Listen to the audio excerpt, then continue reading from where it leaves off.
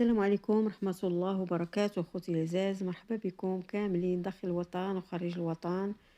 جمعة طيبة مباركة سعيدة لكل الناس الطيبين أينما كنتم داخل الوطن وخارج الوطن.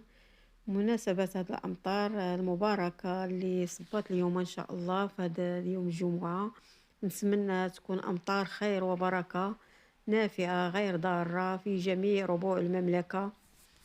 نتمنى تكون بكمية نافعة في كل المناطق. ومرحبا بكم كاملين خوتي العزاز، وجمعة مباركة لكل المتتبعين الكرام. تحية كبيرة لكم ومرحبا بكم معنا. نتمنى هذا الفيديو يعجبكم وما تبخلوش علينا بلايك وباشتراك وبارطاج فضلا وليس أمرا. ونبداو على بركة الله هذا الفيديو. بسم الله والصلاة والسلام على أشرف المرسلين سيدنا محمد وعلى آله وصحبه أجمعين. نبداو على بركة الله. ناخدو البرمة اللي غادي نصبو فيها هاد الكسكسو، تنديرو فيها هاد الحيمة من بعد ما تنخويو القدر ديال الزيت، والحيمة تكون مشرملة شرملناها من قبل باش تجي بنينة ولذيذة وتشرب العطرية ديالها، وفي نفس الوقت طيب على خاطرها وتجي فتية. تناخدو خوتي العزاز العطرية اللي غادي نشرملو بها هاد الحيمة، تنديرو غير شوية ديال السكنجبير، شوية ديال القزبور حبوب الا كان، وشوية ديال الابزار، شوية ديال الخرقوم عرق مطحون صافي خوتي العزاز، وشوية ديال السمن الا كاين. وتنشرملو هاد الحيمة مزيان حيت هذه هي العطرية ديال الطعام.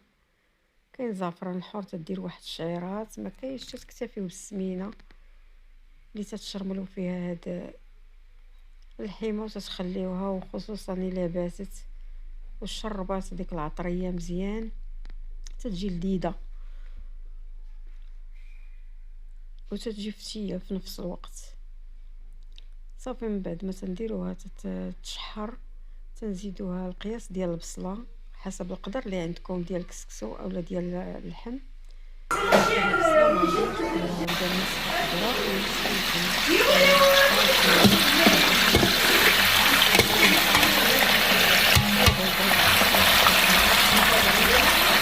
تنخليوها تشحر مزيان.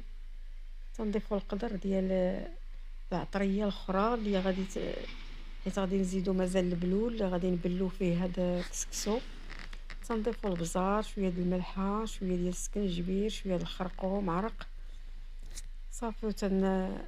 نديرو واحد شويه ديال القزبور مطحون صافي نخليوه يتشحر.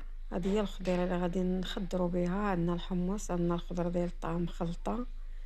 تنضيفوا للبرمه واحد الربيطه ديال المعدنوس والقزبر مربطين صافي نخليوها تتشحر شويه. عاد نديروا البلول اولا الماء الروا اللي غادي نزيدو اللي غيفور عليه الكسكسو. كما تشوفوا حنايا فورناه، درنا فيه شويه ديال الزيت وعاود الماء حتى كسكسناه مزيان ودرناه يفور المره الاولى. من بعد ما تيفور مزيان مزيان، هذه هي الخضيره ديالنا درناها بوحدها في الطنجره باش ما ترونش وتبقى صحيحه، باش نزوقوا بها الطعام ديالنا في الاخر. ومن بعد عاد تنخلطوا الروا كامل صافي. من بعد ما تيفور الفور الاولى تنضيفوا الملحه ونضيفوا القدر الكافي ديال الماء صافي. وتنبقاو نفتلو في هذا الكسكسو ديالنا، نحيدو منه داك الكويرات حتى ينسجم مع بعضياتو، ونديروه الفوره الثانيه والفوره الثالثه.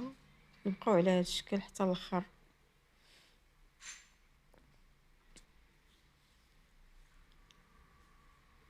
خليكم معنا حتى الاخر الفيديو. مرحبا بكم كاملين.